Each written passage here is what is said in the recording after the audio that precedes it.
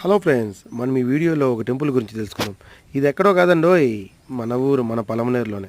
ఇక్కడ చూసినట్టయితే విగ్రహాలు, పురాతన విగ్రహాలు. ఈ చెట్టుని చూడండి, ఈ టెంపుల్కి ఎంతమంది వచ్చి వెళ్ళారు అనేది ఈ చెట్టే సాక్ష్యం.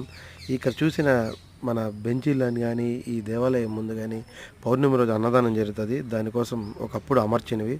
ప్రజెంట్ అయితే ఇక్కడైతే అన్నదానం ఇక్కడ పెట్టట్లేదు, గుడి పైన పెడుతున్నారు, కొండపైన. ఈ గుడి ప్రత్యేకత ఏంటంటే కింద ఆంజనేయ స్వామి వారు ఉంటారు, పైన రాములు వారు ఉంటారు. ఓకే, ఈ గుడికి మీరు ఇచ్చేసినట్టయితే ఎంతో పుణ్యం లభిస్తుంది. ఎందుకంటే ఇక్కడ ఎన్నో నవగ్రహాలు, దేవతలు, ఎన్నో గుళ్ళు, గ్రూప్ ఆఫ్ టెంపుల్స్, ఎన్నో టెంపుల్స్ ఉంటాయి మనకి ఇక్కడ అంటే సేమ్ ప్లేస్లో. ఇది అడ్రస్ వచ్చేసి మీకు లాస్ట్లో చెప్తాను, పూర్తిగా అయితే వీడియో చూసేయండి. ఫస్ట్ చూడండి, ఇక్కడ చూసినట్టయితే వినాయక స్వామి గుడి మనకి మన పలమనేరులోనే అండి, ఎక్కడో కాదు. చూడండి, వినాయక స్వామి గుడి కూడా ఉంటుంది. మీకు నవగ్రహాలు చూపించాను, చూడండి. అదిగోండి అక్కడ కనపడుతున్న టెంపుల్, కొండ పైకి వెళ్ళడానికి రాముల వారి గుడికి వెళ్ళడానికి.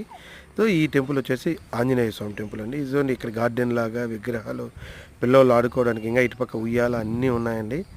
సో ఇక్కడ చూసినట్టయితే ఎన్నో విగ్రహాలు, సో పాతకాలం దేవత విగ్రహాలు. ఇది ఒక మండపం అండి. ఇక్కడ పౌర్ణమి రోజు ఎవరైనా ఏదైనా పడుకోవాలన్నా, విశ్రాంతి తీసుకోవాలన్నా, ఇక్కడ చూడండి శ్రీరాములు, ఆంజనేయ వాళ్ళ యొక్క విగ్రహాలు చాలా బాగుంటుందండి. వెంకటేశ్వర స్వామి నామాలు తప్పకుండా ప్రతి ఒక్కరూ ఫ్యామిలీతో విచ్చేసి చూడండి. స్వామివారి గంట, స్వామివారి నామాలు,